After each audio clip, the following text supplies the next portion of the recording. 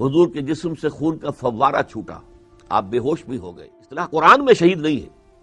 پہلے یہ سمجھیے کہ یہ شہید پھر قرآن مجید میں کس معنی کی ہے؟ بسا اوقات موت واقع ہو جاتی ہے اور بچوں کا دیکھنا نصیب نہیں ہوتا۔ آج ہی کوئی ہندو، کوئی سکھ، کوئی پارسی، عیسائی کی بنیاد 5 چیزوں پر قائم ہے، اور پہلی چیز،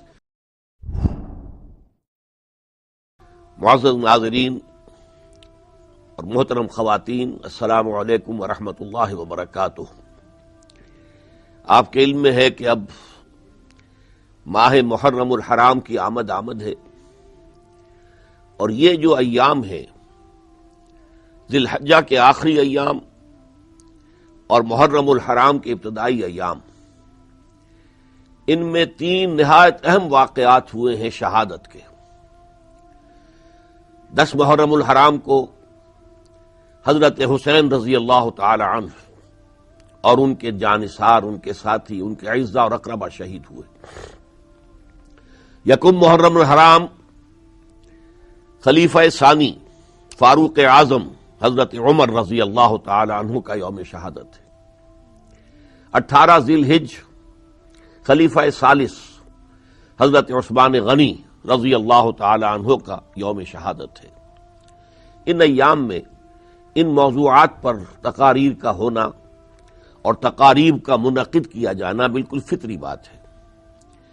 آج ہم اس سلسلے میں جو پہلی گفتگو کر رہے ہیں وہ اس اعتبار سے کہ آپ کو معلوم ہے کہ میں در حقیقت بنیادی طور پر قرآن مجید کا ایک ادنا طالب علم ہوں، تو میں آج سب سے پہلے یہ عرض کروں گا کہ قرآن کا فلسفہ شہادت کیا ہے، اور اس شہادت کے حوالے سے امت مسلمہ کی غرض تاسیس کیا ہے، اللہ تعالیٰ نے اس امت کو کس مقصد کے لیے قائم فرمایا ہے۔ اس ضمن میں سب سے پہلی بات جو مجھے عرض کرنی ہے وہ یہ ہے، اور شاید آپ میں سے بہت سے حضرات اس پر حیران بھی ہوں، کہ پورے قرآن مجید میں کوئی ایک آیت بھی ایسی نہیں ہے جس میں شہید یا شاہد کا لفظ تعین کے ساتھ حتمی اور قطعی طور پر مقتول فی سبیل اللہ کے معنی میں آیا ہو۔ عام مفہوم جو شہید کا ہم لیتے ہیں وہ یہی ہے کہ جس نے اللہ کی راہ میں جان دے دی، جس کی گردن اللہ کی راہ میں کاٹ دی گئی، جو اللہ تعالی کی راہ میں اپنی نقد حیات جو ہے پیش کر چکا، وہ شہید ہے۔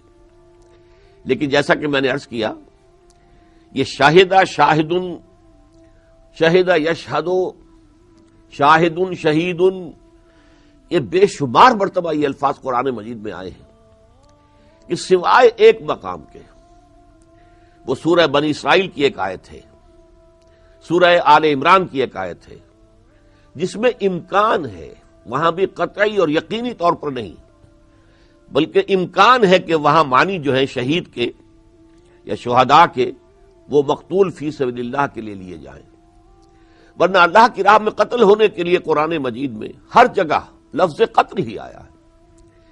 میں نے سب سے پہلی آیت آج آپ کو سنائی، سورہ بقرہ کی مشہور آیت ہے، وَلَا تَقُولُوا لِمَن يُقْتَلُ فِي سَبِيلِ اللَّهِ أَمْوَاتٌ بَلْ أَحْيَاءٌ وَلَٰكِن لَا تَشْعُرُونَ۔ جو اللہ کی راہ میں قتل ہو جائیں انہیں کبھی نہ کہنا کہ وہ مردہ ہیں، وہ تو زندہ ہیں، لیکن تمہیں ان کی زندگی کا شعور نہیں ہے۔ یا شہید کا لفظ نہیں آیا، وَلَا تَقُولُوا لِمَن يُقْتَلُ فِي سَبِيلِ اللَّهِ أَمْوَاتٌ۔ یہ مضمون زیادہ شاندار الفاظ میں آیا ہے اگلی سورت جو ہے سورہ آل عمران میں، وَلَا تَحْسَبَنَّ الَّذِينَ قُتِلُوا فِي سَبِيلِ اللَّهِ أَمْوَاتًا بَلْ أَحْيَاءٌ عِندَ رَبِّهِمْ يُرْزَقُونَ۔ ہرگز نہ سمجھنا ان لوگوں کو جو اللہ کی راہ میں قتل ہو جائیں کہ وہ مردہ ہیں، نہیں، وہ زندہ ہیں اور اپنے رب کے پاس رزق مل رہا ہے، انہیں رزق پا رہے ہیں۔ اسی طریقے سے قرآن مجید میں مختلف مواقع پر، سورہ آل عمران ہی میں اس کے آخر میں پھر آیت آئی ہے، بڑے بڑے جو اعمال صالحہ ہیں، فالذین ہاجروا واخرجوا من دیارہم وأوذوا فی سبیلی وقاتلوا وقتلوا لأکفرن عنہم سیئاتہم، یہاں بھی لفظ قتلوا آیا ہے۔ اسی طریقے سے سورہ توبہ میں ان اللہ اشترى من المؤمنین انفسهم واموالهم بان لهم الجنہ یقاتلون فی سبیل اللہ فیقتلون ویقتلون، وہ اللہ کی راہ میں جنگ کرتے ہیں تو وہ کافروں کو قتل کرتے بھی ہیں اور خود بھی قتل ہوتے ہیں۔ تو قرآن مجید میں سوائے ایک آیت کے، سورہ آل عمران ہی کی وہ آیت ہے، ان یمسسکم قرح فقد مس القوم قرح مثلہ، چونکہ غزوہ احد میں مسلمانوں کو چرکا لگا، زخم آیا، 70 صحابہ شہید ہو گئے، حضور زخمی ہوئے، حضور کے 2 دندان مبارک شہید ہو گئے، حضور کے جسم سے خون کا فوارہ چھوٹا، آپ بے ہوش بھی ہو گئے اور خبر اڑ گئی کہ آپ شہید ہو گئے، آپ قتل ہو گئے۔ تو اس موقع پر مسلمانوں کے دل ظاہر بات ہے رنجیدہ تھے، بالآخر اللہ نے فتح دے دی اور بچا لیا، لیکن اتنا بڑا چرکا جو لگا تھا اس پر جو دل رنجیدہ تھے، زخمی تھے، اللہ تعالیٰ نے فرمایا ان یمسسکم قرح فقد مس القوم قرح مثلہ، اے مسلمانوں اگر آج تمہیں چرکا لگا ہے، تمہیں زخم لگا ہے، تو تمہارے دشمنوں کو بھی تو 1 سال قبل ایسا ہی چرکا لگ چکا ہے۔ آج تمہارے 70 شہید ہوئے تو 1 سال پہلے میدان بدر میں ان کے بھی تو 70 مارے گئے تھے۔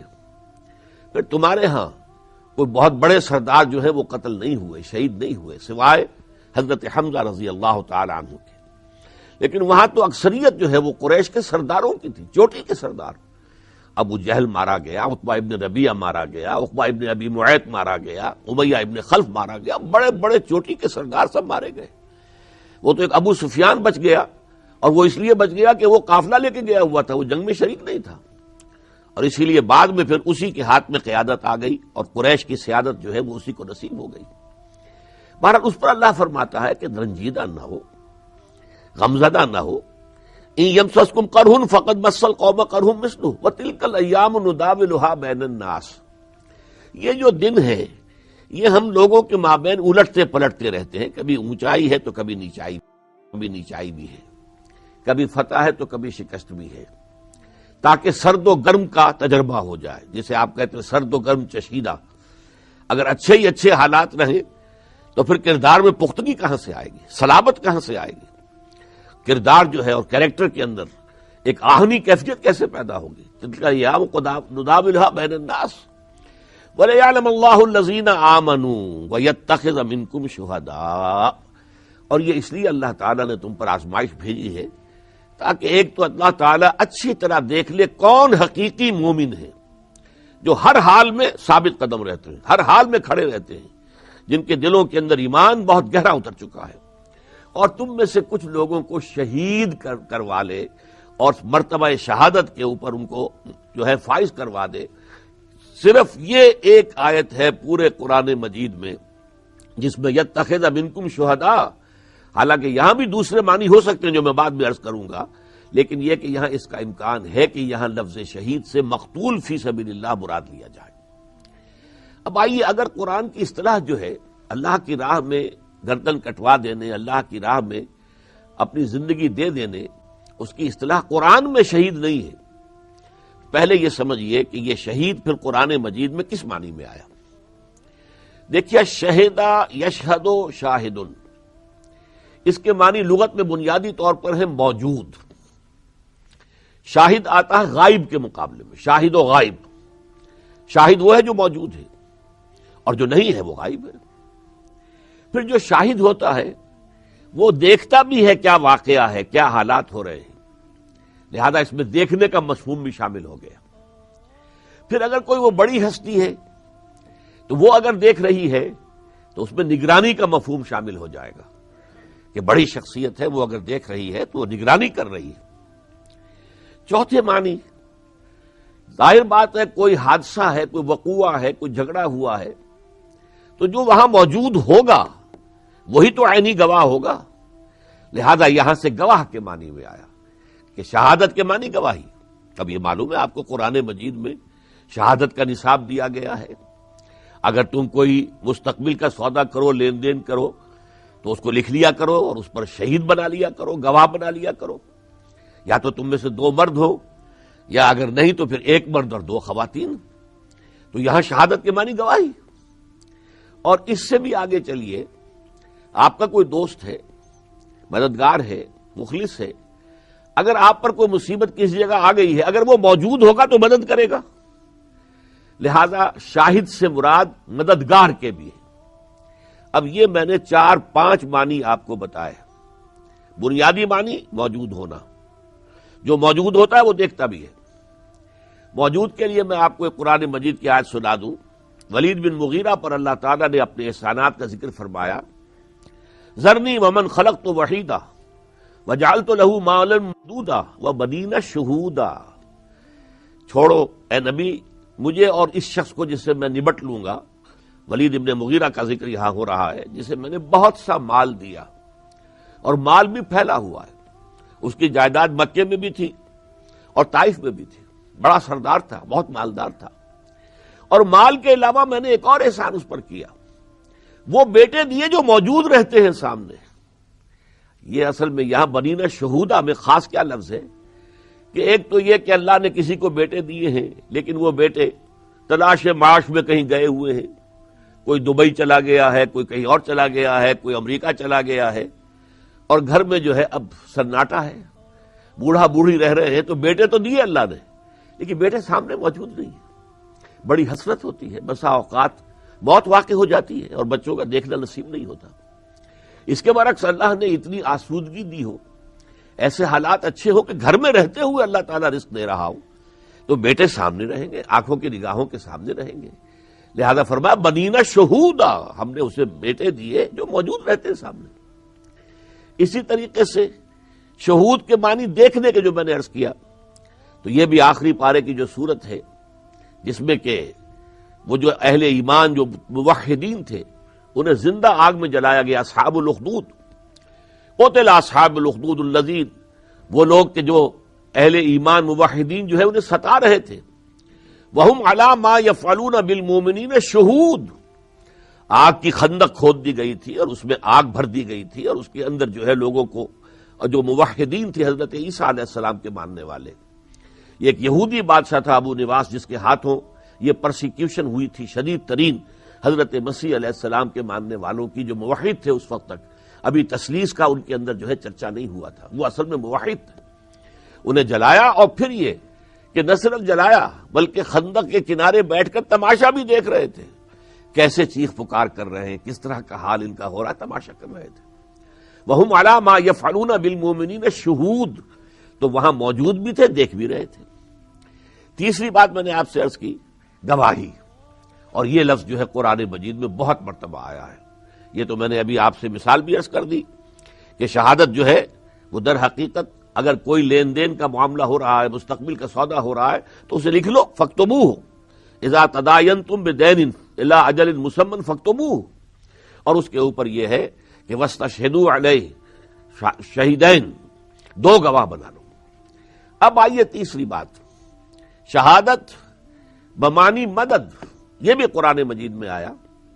چنانچہ سورہ بقرہ کے 3 رکوع ہی میں ہے کہ اللہ تعالیٰ نے جب چیلنج فرمایا کہ اے مشرکو، اے کافرو، اے قرآن کا انکار کرنے والو، ان کنتم فی ریب مما نزلنا علی عبدنا فاتوا بسورۃ من مثلہ وادعوا شہداءکم من دون اللہ ان کنتم صادقین. اگر تمہیں کوئی شک ہے فی الواقع کہ یہ قرآن جو محمد پیش فرما رہے ہیں صلی اللہ علیہ وسلم یہ اللہ کا کلام نہیں ہے بلکہ ان کا اپنا گھڑا ہوا کلام ہے، تو تمہیں چیلنج ہے، تم اس جیسی ایک صورت بنا کر لے آؤ. اور آپ کو معلوم ہے صورتیں بہت چھوٹی بھی ہیں. سورۃ العصر 3 آیتوں پر مشتمل ہے، سورۃ الکوثر 3 آیتوں پر مشتمل ہے. تو 3 آیتوں کے ہم وزن بھی قرآن جیسا کلام بنا کر اگر لے آؤ، وَدُوا شُهَدَاءَكُم مِّن دُونِ اللَّهِ، اور جو تمہارے مددگار ہیں، شعراء ہوں، خطباء ہوں، ادباء ہوں، سب کو بلا لو، سب سے مدد لے لو، ان کنتم صادقین، اگر تم سچے ہو.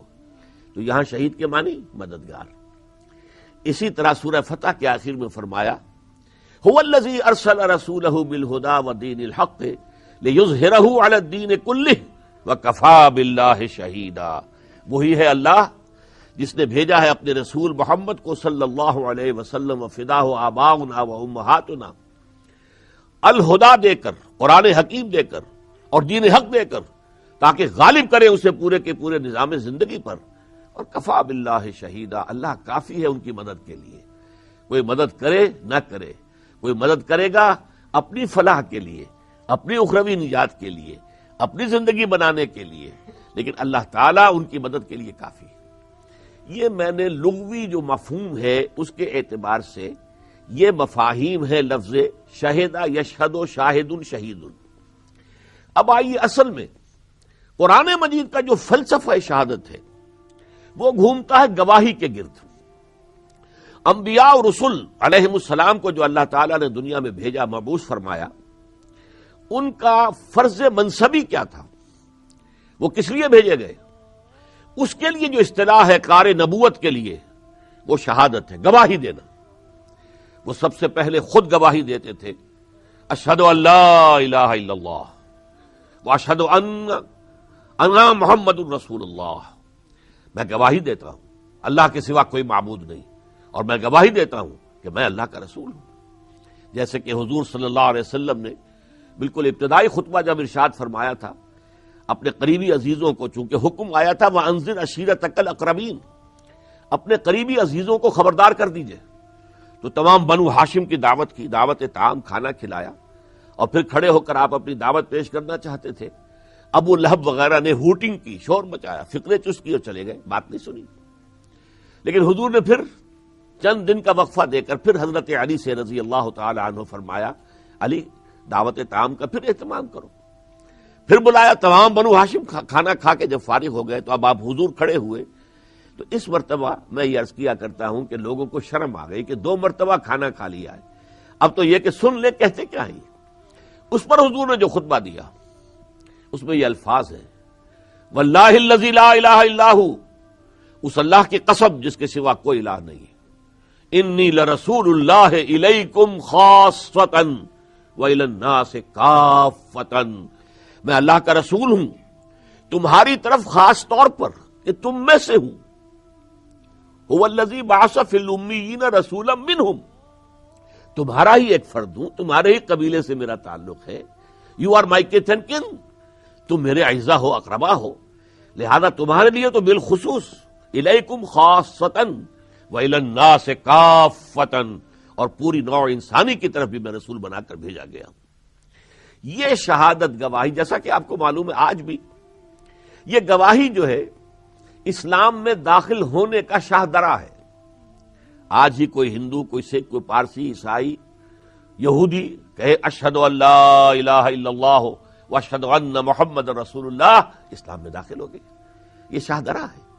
تو شہادت گواہی دینا، اور یہی وجہ ہے کہ اسلام کے جو ارکان ہیں ان میں پہلا رکن یہی ہے، بنی الاسلام علی خمس، شہادت لا الہ الا اللہ وان محمد رسول اللہ واقام الصلاۃ وایتاء الزکوٰۃ وصوم رمضان وحج البیت من استطاع الیہ سبیلا، عن عبداللہ ابن عمر رضی اللہ تعالی عنہما، متفق علیہ۔ یہ حدیث جو ہے صحیح بخاری میں بھی ہے، صحیح مسلم میں بھی ہے، حضرت عبداللہ ابن عمر اس کے راوی ہے۔